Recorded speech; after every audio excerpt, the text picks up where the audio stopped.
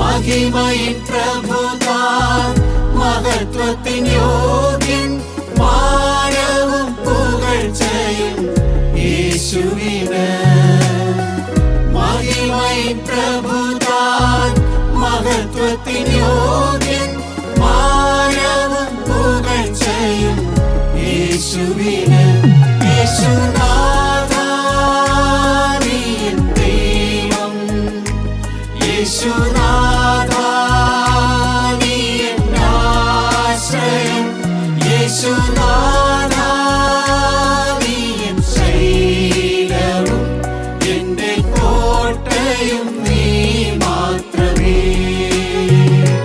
യേശുനാഥ നീ എൻ ദൈവം യേശുനാഥ നീ എൻ ആശ്രയം യേശുനാഥ നീ എൻ ശൈലവും എന്റെ കോട്ടയും നീ മാത്രമേ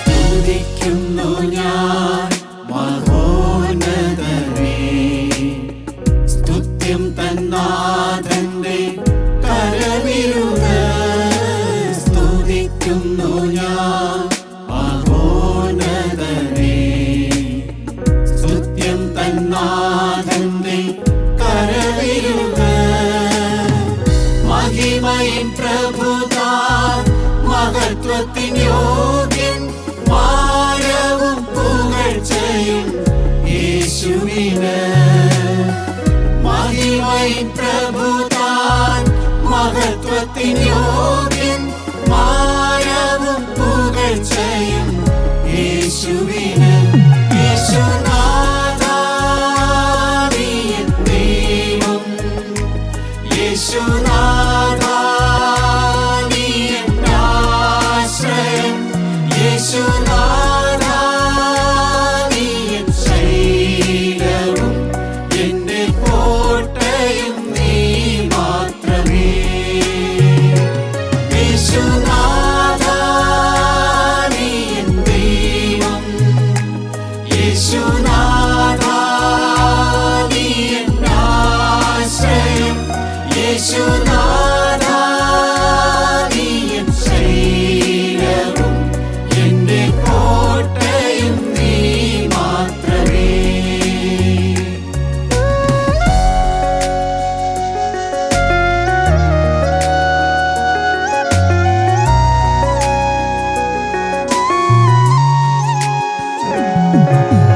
കീർത്തിക്കും ഞാൻ എന്നേശുപരാ കർത്തനു തുല്യനായി ആരുമില്ല കീർത്തിക്കും ഞാൻ എന്നേശുപരാ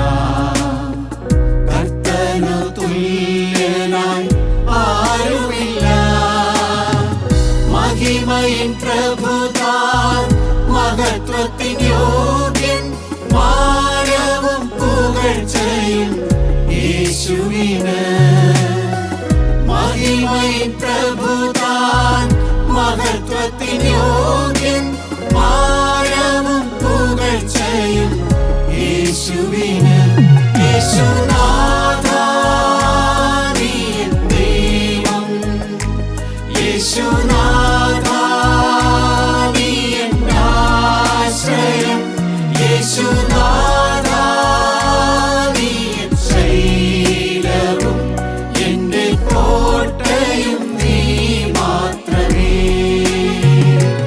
യേശുനാഥാ നീ എൻ ദൈവം, യേശുനാഥാ നീ എൻ ആശ്രയം, യേശുനാഥാ നീ എൻ ശൈലവും എന്റെ കോട്ടയും നീ മാത്രമേ. ദൈവനാമം മഹത്വപ്പെടുമാറാകട്ടെ. കർത്താവായ യേശുക്രിസ്തുവിൻ്റെ പരിശുദ്ധമായ നാമത്തിൽ നിങ്ങൾക്കെല്ലാവർക്കും എൻ്റെ വിനീതമായ സ്നേഹവന്ദനം. ദാവീദ് എഴുതിയ 27-ാം സങ്കീർത്തനമാണ് ഇന്നത്തെ നമ്മുടെ ധ്യാന വിഷയം. ഒരു ദൈവവൈതലിൻ്റെ വിശ്വാസവും ധൈര്യവും പ്രകടമാക്കുന്ന വാക്കുകളാണ് നാം 27-ാം സങ്കീർത്തനം ആദ്യം കാണുന്നത്. ഒരു വിശ്വാസിയുടെ ഉറപ്പും ആശ്രയവും, ഉറപ്പുള്ള ആശ്രയം, ഉന്നതമായ ആഗ്രഹം, ഉയരുന്നതായ പ്രത്യാശ, അത് പ്രകടമാക്കുന്ന വാക്കുകളാണ് 27-ാം സങ്കീർത്തനത്തിൽ നാം ആദ്യമേ വായിക്കുന്നത്. ഇത് ദാവീദ് ചൊല്ലുന്നത് അന്തരീക്ഷം അനുകൂലമായിരിക്കുമ്പോഴല്ല, തികച്ചും പ്രതികൂലമായ സാഹചര്യത്തിലാണ്. മകൻ അബ്ശാലോം ഒരു വലിയ കൂട്ടം സൈന്യവ്യൂഹവുമായി ദാവീദിനെ വകവരുത്തുവാൻ കഠിനാധ്വാനം ചെയ്യുന്നതായ ഒരന്തരീക്ഷം. മാത്രമല്ല, കരുത്തനായിരിക്കുന്ന ശൗൽ രാജാവ് ഏതു വിധേനയും ദാവീദിനെ കൊല ചെയ്യണം എന്ന കൊല നിശ്വസിച്ചുകൊണ്ട് പിന്നാലെ തക്ക നോക്കി നടക്കുന്നതായ വേദനാജനകമായ ഒരു രംഗം. എപ്പോൾ വേണേലും മരണം വരാം, ഏത് അപകടത്തിലും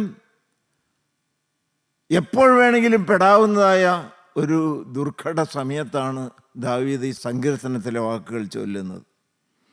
ഇവിടെ പ്രധാനപ്പെട്ടതായ രംഗം ഭയപ്പെടുത്തുന്നതായ രംഗമാണ്. നമുക്ക് ആദ്യത്തെ 6 വാക്യങ്ങൾ വായിച്ച് കേൾക്കാം. 27-ാം സങ്കീർത്തനം 1 മുതൽ 6 വരെയുള്ളതായ വാക്യങ്ങൾ. യഹോവ എൻ്റെ വെളിച്ചവും എൻ്റെ രക്ഷയുമാകുന്നു, ഞാൻ ആരെ ഭയപ്പെടും? യഹോവ എൻ്റെ ജീവൻ്റെ ബലം, ഞാൻ ആരെ പേടിക്കും?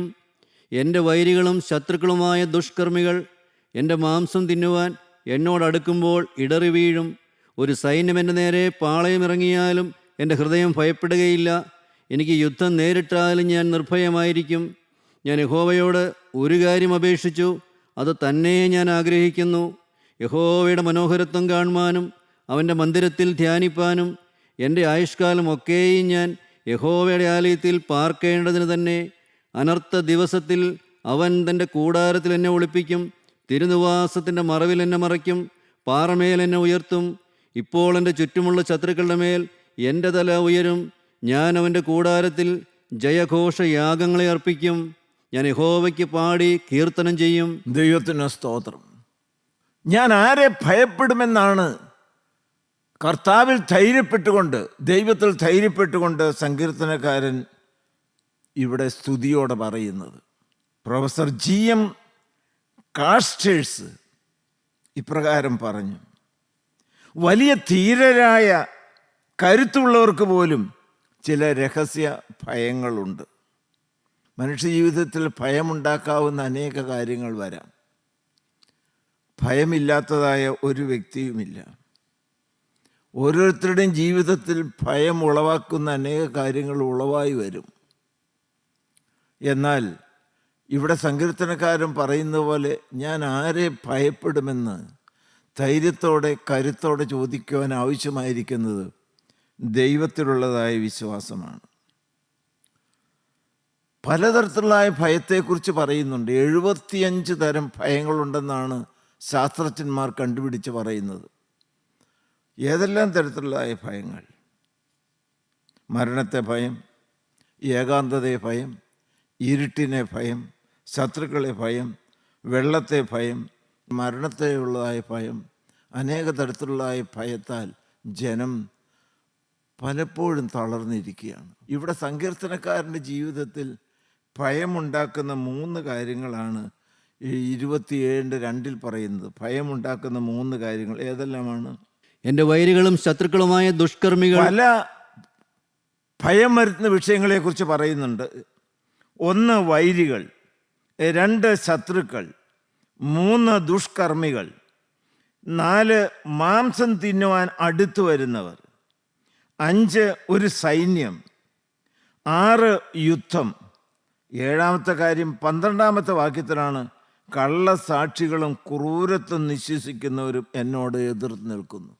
ഒരൊറ്റ വ്യക്തിയെ വേട്ടയാടുവാൻ വേണ്ടി ഈ 7 ഭയപ്പെടുത്തുന്ന കാര്യങ്ങൾ ചുറ്റും നോക്കി നിൽക്കുകയാണ്. വൈരികളും ശത്രുക്കളും ദുഷ്കർമ്മികളും കടിച്ചു കീറി മാംസം തിന്നുവാൻ നോക്കി നിൽക്കുന്നവരും, ഒരു വലിയ സൈന്യവും, വലിയ യുദ്ധഭീതിയും, കള്ളസാക്ഷികളും. അമേരിക്കൻ പ്രസിഡൻ്റായിരിക്കുന്ന റൂസ്വെൽറ്റ് ഇപ്രകാരം പറഞ്ഞു, ഭയത്തെ മാത്രമേ ഭയപ്പെടേണ്ടതായിട്ടുള്ളൂ. ഏത് വ്യക്തിക്കും, ധൈര്യം പ്രകടിപ്പിക്കുന്നവർക്കും ആന്തരികമായിരിക്കുന്ന ഭയമുണ്ട്. അനേക മാനസിക രോഗങ്ങൾക്കും കാരണമായിരിക്കുന്നത് ഈ ഭയമെന്ന് പറയുന്നൊരു വികാരമാണ്. പലരും മാനസിക രോഗികളായി തീരുന്നതും അതുകൊണ്ട് മാത്രമാണ്. ശരീരത്തിൻ്റെ ഊർജം കുറയും, രോഗം ബാധിക്കും, ആരോഗ്യത്തെ ബാധിക്കും, ജീവിതത്തെ ആകമാനം തകർക്കും. എന്നാൽ ഇതിൻ്റെ എല്ലാം മധ്യത്തിൽ കരുത്തോടെ, ധൈര്യത്തോടെ, ഭയരഹിതനായ ഒരു വ്യക്തി നിവർന്നു നിൽക്കുന്നത് കാണാം. അതാണ് ദാവീദ്. എന്താണ് ഇതിൻ്റെ പിന്നിലെ രഹസ്യം? അത് ദൈവത്തിലുള്ളതായ ഉറപ്പുള്ള ആശ്രയമാണ്. ദൈവത്തിലുള്ളതായ ഉന്നതമായിരിക്കുന്ന പ്രത്യാശയാണ്. ഉറപ്പുള്ളതായ ആ ഒരു ആഗ്രഹവും ആശ്രയവുമാണ്. ദൈവമക്കളെ, ഇവിടുത്തെ ചില വാക്കുകൾ നമുക്ക് കാണുവാനാണ്. ഞാൻ ആരെ ഭയപ്പെടും?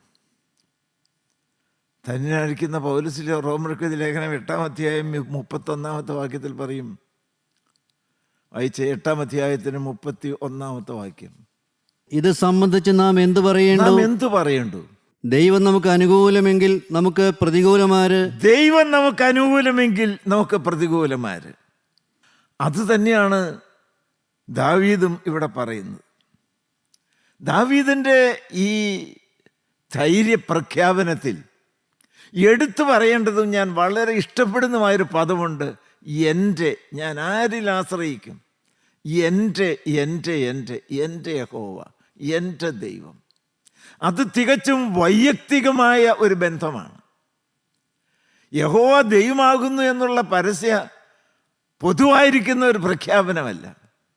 യഹോവ എൻ്റെ, അതൊരു അനുഭവത്തിൻ്റെ സാക്ഷ്യമാണ്. അത് ജീവനുള്ള രുചിക്കുന്ന സാക്ഷ്യമാണ്. ഈ എൻ്റെ എന്തെല്ലാമാണെന്നാണ് സങ്കീർത്തനക്കാരൻ പറയുന്നത്. അവൻ വെളിച്ചമാണെന്നല്ല പറഞ്ഞു, ഗോഡ് ഈസ് ലൈറ്റ് എന്നല്ല പറഞ്ഞത്. യഹോവ എൻ്റെ വെളിച്ചം. 2-ാമത്തെ കാര്യം എന്താണ്? യഹോവ എൻ്റെ രക്ഷയാകുന്നു. 3-ാമത്തെ കാര്യം എന്താണ്? യഹോവ എൻ്റെ വെളിച്ചവും എൻ്റെ രക്ഷയുമാകുന്നു. യഹോവ എൻ്റെ ജീവൻ്റെ ബലം. 3 കാര്യങ്ങൾ നിങ്ങൾ ശ്രദ്ധിച്ചോ? 3നോടും ചേർത്ത് എടുത്തെടുത്ത് പറയുകയാണ്. യഹോവ എൻ്റെ വെളിച്ചം, യഹോവ എൻ്റെ രക്ഷ, യഹോവ എൻ്റെ ജീവൻ്റെ ബലം. അതൊന്ന് വിശദമായി ചിന്തിക്കുന്നത് നല്ലതാണ്. നിങ്ങൾ കൊതിക്കണം, ദൈവമേ, ഒരു വ്യക്തിപരമായ ഒരനുഭവം എനിക്ക് എൻ്റെ ജീവിതത്തിൽ തരണമേ എന്ന്. യഹോവ എൻ്റെ രക്ഷ എന്ന് പറയുവാൻ തക്കവണ്ണം, യേശു എൻ്റെ സ്വന്തം എന്ന് പറയുവാൻ തക്കവണ്ണം. 23-ാം സങ്കീർത്തനത്തിൻ്റെ മാധുര്യവും അതാണ്. യഹോവ എൻ്റെ ഇടയനാകുന്നു. ദൈവത്തിന് സ്തോത്രം. ദൈവമക്കളെ, ഈ ഒരു സ്വർഗീയമായ ഒരു അനുഭവം വ്യക്തിപരമായ ജീവിതത്തിൽ നിങ്ങൾ ഒന്ന് അനുഭവിച്ച് പറയണം. ഞാൻ നിങ്ങളോട് വളരെ വിനയത്തോടെ ചോദിക്കുകയാണ്, ഇപ്രകാരം യേശു എൻ്റെ സ്വന്തമാണ്, യേശു എൻ്റെ രക്ഷകനാണ്, യേശു എൻ്റെ വെളിച്ചമാണ്, യേശു എൻ്റെ ബലമാണ്. ഹല്ലേലൂയ. യേശു എൻ്റെ സ്വന്തമാണ്, യേശു എൻ്റെ സമാധാനമാണ്, യേശു എൻ്റെ പ്രത്യാശയാണ്. ഇത് രുചിച്ച് അനുഭവിച്ചുകൊണ്ട് കണ്ടതുപോലെ പറയുവാൻ അനുഭവ സമ്പത്തുള്ള ഒരു കൂട്ടം ദൈവമക്കൾ ആവശ്യമായിരിക്കുന്നു. ഒരു പൊതുവായിരിക്കുന്ന പ്രഖ്യാപനമല്ല നമുക്ക് വേണ്ടത്. ഇവിടെ ഒന്നാമത് പറഞ്ഞിരിക്കുന്നത് യഹോവ എൻ്റെ വെളിച്ചം. He's my own light. എൻ്റെ സ്വന്തം വെളിച്ചമാണ്. വെളിച്ചം, ആ വാക്ക് തന്നെ എന്തുമാത്രം പ്രകാശമുള്ളതാണ്. വെളിച്ചം ഇലൂമിനേറ്റ് ചെയ്യുന്നതാണ്, വെളിച്ചം പ്രകാശിപ്പിക്കുന്നതാണ്, മറഞ്ഞിരിക്കുന്ന കാര്യത്തെ വെളിപ്പെടുത്തുന്നതാണ്, മറഞ്ഞിരിക്കുന്ന അപകടങ്ങളെ കാണിച്ചു തരുന്നതാണ്. ഇരുട്ടിൽ തപ്പിത്തടഞ്ഞ് നടക്കേണ്ടവരല്ല നമ്മൾ ഓരോരുത്തരും. അന്ധകാരത്തിൽ നിന്ന് അത്ഭുത പ്രകാശത്തിലേക്ക് വിളിച്ചവനാണ് ആ വെളിച്ചം. നമ്മളെ ആ വെളിച്ചത്തിലേക്കാണ് വിളിച്ചിരിക്കുന്നത്. പാപം അന്ധകാരമാണ്, അന്ധകാരത്തിൻ്റെ പ്രഭുവാണ് സാത്താൻ. അതുകൊണ്ട് സർവ്വലോകവും ഈ ഇരുട്ടിലാണ് കിടക്കുന്നത്. മനുഷ്യൻ ഇരുട്ടത്ത് തപ്പിത്തടഞ്ഞ് നടക്കുകയാണ്. അതിൻ്റെ മധ്യത്തിൽ ജ്വലിച്ച് പ്രകാശിക്കുന്ന ദീപനാളങ്ങളായി നമ്മൾ നിൽക്കേണ്ടതാണ്. അതെങ്ങനെ? മനുഷ്യന് സ്വയമായിട്ട് വെട്ടമില്ല, അവൻ പാപിയാണ്, അവൻ വെളിച്ചമില്ലാത്തവനാണ്, അവൻ ഇരുട്ടാണ്. അതുകൊണ്ടാണ് വാസ്തവത്തിൽ കുടുംബത്തിൽ കലഹമുണ്ടാക്കുന്നത്, തമ്മിത്തല്ലുണ്ടാക്കുന്നത്, ബഹളങ്ങളുണ്ടാകുന്നത്. നിങ്ങൾക്കറിയാം, 2 വാഹനങ്ങൾ രാത്രിയിൽ റോഡിൽ കൂടി ഓടുന്നു, ഹെഡ്ലൈറ്റ് ഇല്ലെങ്കിലോ തമ്മിൽ കൂട്ടിയിടിക്കും, എവിടെയെങ്കിലും പോയി മറിയും, അപകടമുണ്ടാകും. ദൈവമക്കളെ, കലഹത്തിന് കാരണം എന്താണ്? വഴക്കിന് കാരണം എന്താണ്? വെളിച്ചമില്ല. അവനവൻ്റെ അവസ്ഥ വാസ്തവത്തിൽ തിരിച്ചറിയുന്നില്ല. നിങ്ങൾക്കെല്ലാവർക്കും ആഗ്രഹമുണ്ട് ഒരു വെളിച്ചത്തിൽ നടന്നാൽ കൊള്ളാമെന്ന്. വെളിച്ചം മനുഷ്യന് ഇല്ല, ദൈവം സൃഷ്ടിച്ചാലേ ഉള്ളൂ. ദൈവമക്കളെ, പ്രകൃതിയിൽ ഒരൊറ്റ വെളിച്ചം മാത്രമേ ഉള്ളൂ, അത് സൂര്യനാണ്. ഈ ഭൗതിക ലോകത്തിൽ ഒരു വെളിച്ചമേ ഉള്ളൂ, അത് സൂര്യനാണ്. ആത്മീക ഗോളത്തിലും ഒരു വെളിച്ചമേ ഉള്ളൂ, അതാരാണ്? വായിച്ചേ, യോഹന്നാന്റെ സുവിശേഷം 8-ാം അധ്യായത്തിൻ്റെ 12-ാമത്തെ വാക്യവും. യേശു പിന്നെയും അവരോട് സംസാരിച്ചു. യേശു പിന്നെയും അവരോട് സംസാരിച്ചു. എന്താണ് പറഞ്ഞത്?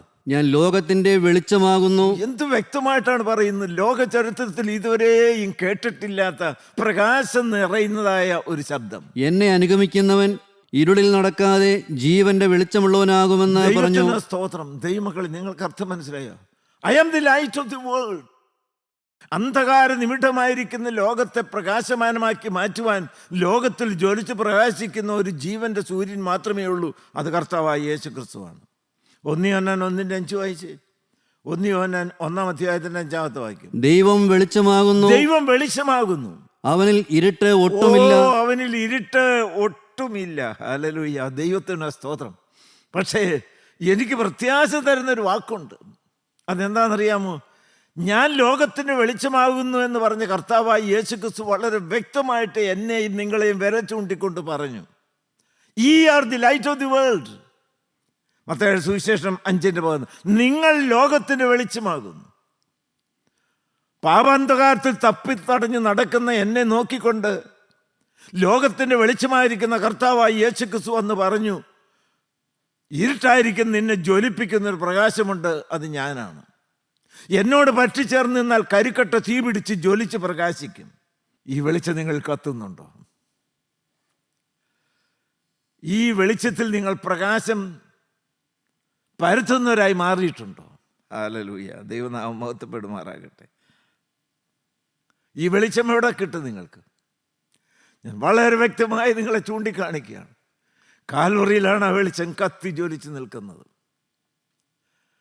കാൽവറിയിൽ കത്തി ജ്വലിച്ച് നിൽക്കുന്ന സ്നേഹത്തിൻ്റെ വെളിച്ചം, വിശുദ്ധിയുടെ വെളിച്ചം. ഹല്ലേലൂയ.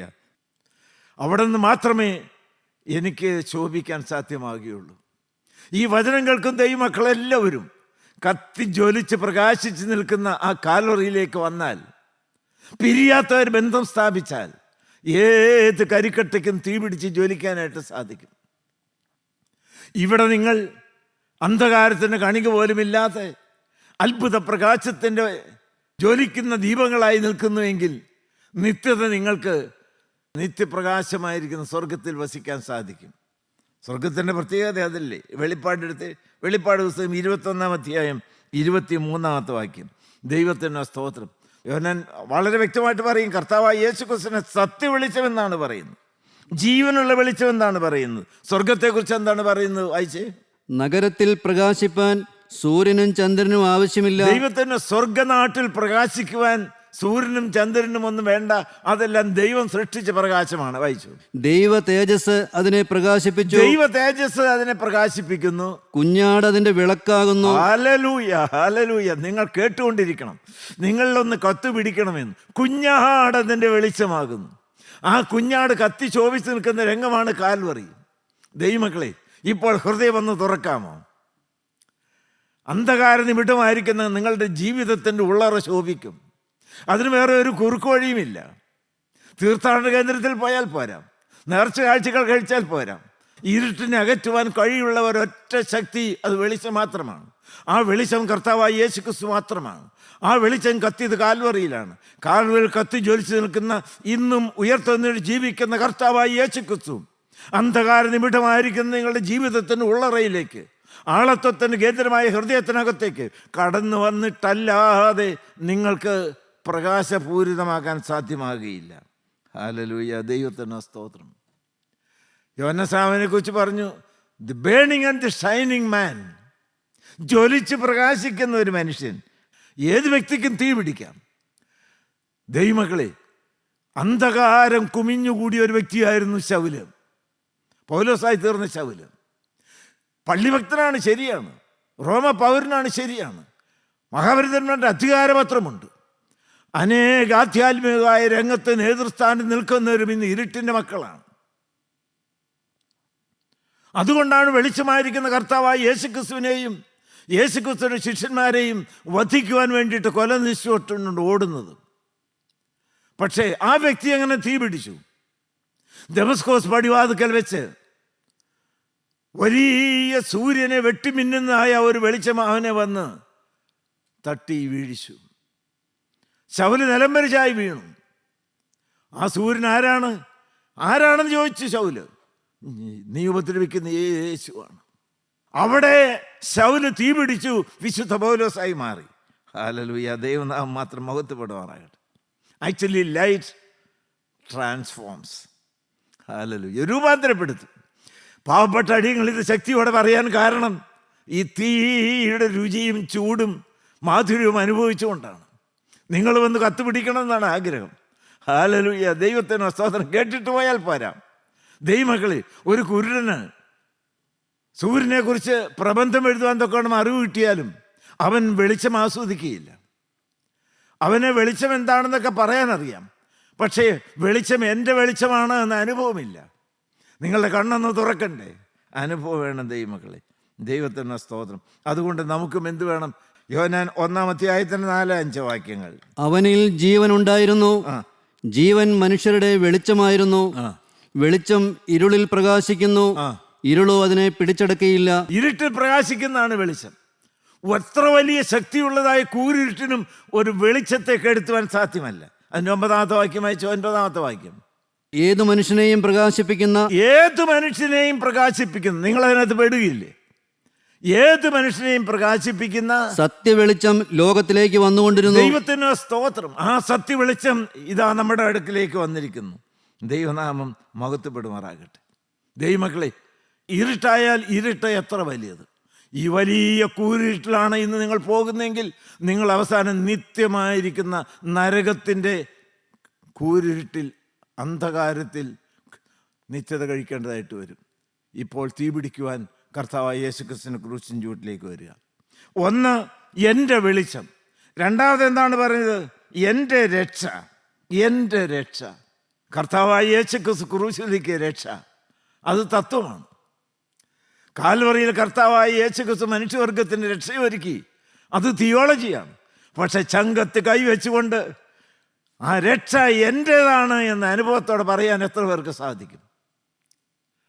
കന്യാമറിയാവിൻ്റെ കയ്യിലായിരുന്ന യേശു കുഞ്ഞിനെ വയോവൃദ്ധനായിരിക്കുന്ന ശിമിയോൻ കൈനീട്ടി ഏറ്റുവാങ്ങി മാറോട് അണച്ചുകൊണ്ട് പറഞ്ഞു, നിന്റെ രക്ഷയെ എൻ്റെ കണ്ണ് കണ്ടുവല്ലോ. ദൈവമക്കളെ, ഈ രക്ഷകൻ നിങ്ങളുടെ ചങ്കിനകത്തുണ്ടോ? ഈ രക്ഷകൻ നിങ്ങളുടെ വീട്ടിലുണ്ടോ? ഹല്ലേലൂയ, ദൈവത്തിന് സ്തോത്രം.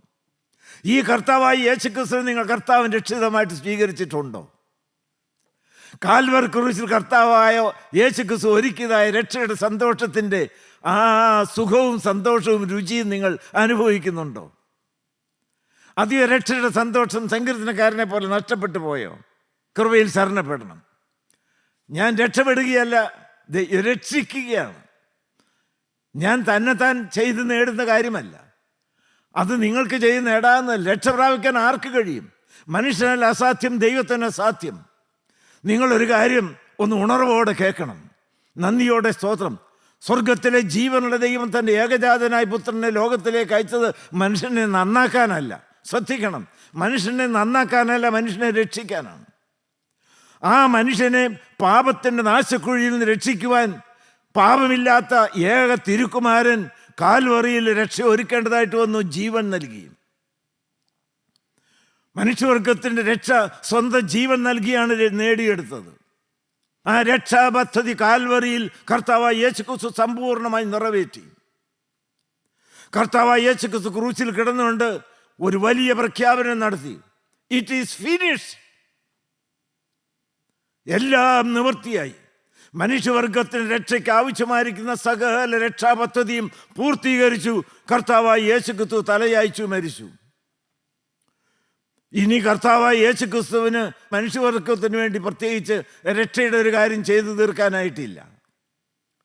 മനുഷ്യൻ്റെ പുണ്യപ്രവൃത്തികളോ അവൻ്റെ ആചാരങ്ങളോ അനുഷ്ഠാനങ്ങളോ ഒന്നും വേണ്ട രക്ഷാപദ്ധതിയുടെ പൂർത്തീകരണത്തിന്. നീ അത് ഹൃദയത്തിൽ അംഗീകരിച്ച് വിശ്വസിച്ചാൽ മാത്രം മതി. ഒരു വീടിൻ്റെ പണി മുഴുവനായിട്ട് തീർത്ത് അതിൻ്റെ താക്കോൽ നിൻ്റെ കയ്യിൽ തന്നിരിക്കുന്ന പോലെ ആ താക്കോൽ കൈനീട്ടി വാങ്ങിച്ച് അത് തുറന്നകത്തേക്ക് കയറിയാൽ മതി. നിങ്ങളുടെ ഹൃദയം ഒന്ന് തുറക്കാമോ? കർത്താവായ യേശുക്രിസ്തു ആകുന്ന രക്ഷകനെ ചങ്കിനകത്തേക്കൊന്ന് സ്വീകരിക്കാമോ? രക്ഷിക്കപ്പെട്ടവർക്ക് വേണ്ടി മാത്രം ഒരുക്കുന്നതാണ് സ്വർഗരാജ്യം. ആ രക്ഷാപദ്ധതിയുടെ പൂർത്തീകരണമാണ് കാൽവറിയിൽ നിവൃത്തിയായത്. രക്ഷിത ഗണമാണ് സഭയിലെ മക്കൾ. പള്ളി പോക്കുകാരല്ല, കുരിശ് വരയ്ക്കുന്നവരല്ല, തീർത്ഥാടനത്തിന് പോകുന്നവരല്ല. കാൽവറിയിൽ പിതാവായ ദൈവം ഏകജാതനിൽ കൂടി ഒരുക്കിയതായ ആ രക്ഷ വിശ്വാസം സ്വന്തമാക്കിയ ദൈവമക്കൾ. നിനക്ക് രക്ഷ വേണോ? കർത്താവായ യേശുക്രിസ്തുവിൽ നീ വിശ്വസിക്കുക, നീ നിന്റെ കുടുംബം രക്ഷ പ്രാപിക്കും. കൃപയാലാണ് രക്ഷ. ഹല്ലേലൂയ, ദൈവത്തിന് സ്തോത്രം. ഒരു രക്ഷിത ഗണം മാത്രം സ്വർഗ വീട്ടിൽ കാണും. ആ കൂട്ടത്തിൽ നീയും പെടുവാൻ ഇപ്പോൾ ദൈവം ആഗ്രഹിച്ച് നിന്നെ പേർ ചൊല്ലി വിളിക്കുകയാണ്. ഒന്ന്, ദൈവം എൻ്റെ വെളിച്ചം. രണ്ട്, ദൈവം എൻ്റെ രക്ഷ. മൂന്ന്, എന്താണ്? ദൈവം എൻ്റെ ജീവൻ്റെ ബലം. The refuge of my life. ഞാൻ സ്വതവേ ബലഹീനനാണ്. ഞാൻ ഇന്ന് രാവിലെയും പ്രാർത്ഥിച്ചു, കർത്താവേ, ഞങ്ങൾ ബലഹീനരാണ്, ഞങ്ങൾ തികച്ചും ബലഹീനനാണ്. നമുക്ക് എന്തിനാ ശക്തിയുള്ളത്? ഇപ്പോൾ ഞാനിവിടെ നിന്ന് തിരുവചനം പറയുന്നു. ഈ ബലം ദൈവം തന്നതല്ലേ? ഈ വാർദ്ധക്യത്തിലും ഈ ശബ്ദം ദൈവം തന്നതല്ലേ? ഇത് തീരാൻ എന്ത് നേരമുണ്ട്? ഹല്ലേലൂയ, ദൈവത്തിൻ്റെ കയ്യിലിരിക്കുന്നു. കൊരിന്ത്യർക്ക് 2-ാമത്തെ ലേഖനം 12-ാം അധ്യായത്തിൻ്റെ 9-ാമത്തെ വാക്യം വായിച്ച്, അവൻ എന്നോട്, എൻ്റെ കൃപ നിനക്ക് മതി, എൻ്റെ കൃപ നിനക്ക് മതി, എൻ്റെ ശക്തി ബലഹീനതയിൽ തികഞ്ഞു വരുന്നു എന്ന് പറഞ്ഞു. ദൈവത്തിൻ്റെ ശക്തി ബലഹീനതയിൽ തികഞ്ഞു വരുന്നു. സ്വാഭാവികമായിട്ട് ബലഹീനരാണ്. യാതൊരു കരുത്തുമില്ല, യാതൊരു ശക്തിയുമില്ല. ഞാൻ വളരെ എടുത്തു പറയാണ്, ഒരു തൊട്ടാവാടി പോലെയാണ്, ഒരു പന്ത് പോലെയാണ്, ഒരു ബലൂൺ പോലെയാണ്.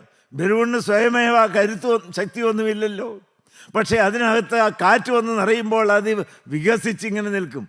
അതിങ്ങനെ പൊങ്ങുകയും പറക്കുകയും എല്ലാം ചെയ്യും. അതിൻ്റെ കഴിവുകൊണ്ടല്ല, അതിനകത്ത് ഒരു ശക്തിയുണ്ട്. അതുകൊണ്ടാണ് ഫിലിപ്പിയർ ലേഖനം 4:13 പൗലോസ് പറഞ്ഞു, എന്നെ ശക്തനാക്കുന്നവൻ മുഖാന്തിരം ഞാൻ സകലത്തിനും മതിയായനാകുന്നു. ഞാൻ സകലത്തിനും മതിയായനാകുന്നു. ഹല്ലേലൂയ. അതിനൊരു മുഖാന്തരമുണ്ട്. അതേതാണ്? അത് കാൽവറിയിലെ കർത്താവായ യേശുക്രിസ്തുവാണ്. ആ ശക്തിയുടെ ഉറവ പൊട്ടിപ്പുറപ്പെട്ടത് എവിടെയാണ്? അത് അരുമനാഥൻ്റെ കുത്തി തുറക്കപ്പെട്ട തിരുവിലാവിൽ നിന്നാണ്. ഹല്ലേലൂയ, ദൈവത്തിന് സ്തോത്രം. ആ ദൈവമാണ് എൻ്റെ ശക്തി ദുർഗം. യഹോവ എൻ്റെ ബലമാണ്, യഹോവ എൻ്റെ ശക്തിയാണ്. സങ്കീർത്തനം 9:8. സൈന്യങ്ങളുടെ ദൈവമായ യഹോവേ, സൈന്യങ്ങളുടെ ദൈവമായ യഹോവേ, നിന്നെപ്പോലെ ബലവാൻ ആരുള്ളൂ? നിന്നെ പോലെ ബലവാൻ ആരുള്ളൂ? ബലം ദൈവത്തിലുള്ള മനുഷ്യൻ ഭാഗ്യവാൻ. ഹല്ലേലൂയ. നന്ദിയോടെ സ്തോത്രം. എൻ്റെ ദൈവത്തിൻ്റെ പൊന്നുനാമത്തിന് നന്ദിയോടെ സ്തോത്രം. ദൈവമക്കളെ, നിങ്ങൾ എന്ത് പറയുന്നു? നിങ്ങളിപ്പോൾ കർത്താവായ യേശുക്രിസ്തുവിൻ്റെ ക്രൂശിൻ ചുവട്ടിലേക്ക് ഒന്ന് വരാമോ? ഈ കർത്താവായ യേശുക്രിസ്തു ആകുന്ന ആ വെളിച്ചത്തെ നിങ്ങളുടെ സ്വന്തം വെളിച്ചമായി സ്വീകരിക്കുവാൻ ഇരുട്ട് നിറഞ്ഞ ഹൃദയത്തിലേക്കൊന്ന് സ്വീകരിക്കാമോ? കർത്താവായ യേശുക്രിസ്തുവിനെ കർത്താവും രക്ഷിതാവുമായി സ്വീകരിച്ചിട്ടില്ലാത്ത ദൈവമക്കൾക്ക് ആ ശിമയോൻ യേശു കുഞ്ഞിനെ കൈനീട്ടി വാങ്ങിയതുപോലെ വിശ്വാസത്തിൻ്റെ കരം കൊണ്ട് ഹൃദയം തുറന്ന് യേശുവിനെ രക്ഷകനും കർത്താവുമായിട്ട് ഒന്ന് ഇപ്പോൾ സ്വന്തമായി സ്വീകരിക്കാമോ? ബലം ക്ഷയിച്ച ദൈവമക്കൾ, ആത്മാവിൽ ക്ഷീണിച്ച ദൈവമക്കൾ, ശക്തി നഷ്ടപ്പെട്ട ദൈവമക്കൾ, വെളിച്ചം കെട്ടുപോയ ദൈവമക്കൾ, ഹല്ലേലൂയ, ദൈവത്തിന് സ്തോത്രം. ബലം നിന്നുള്ള മനുഷ്യൻ ഭാഗ്യവാൻ.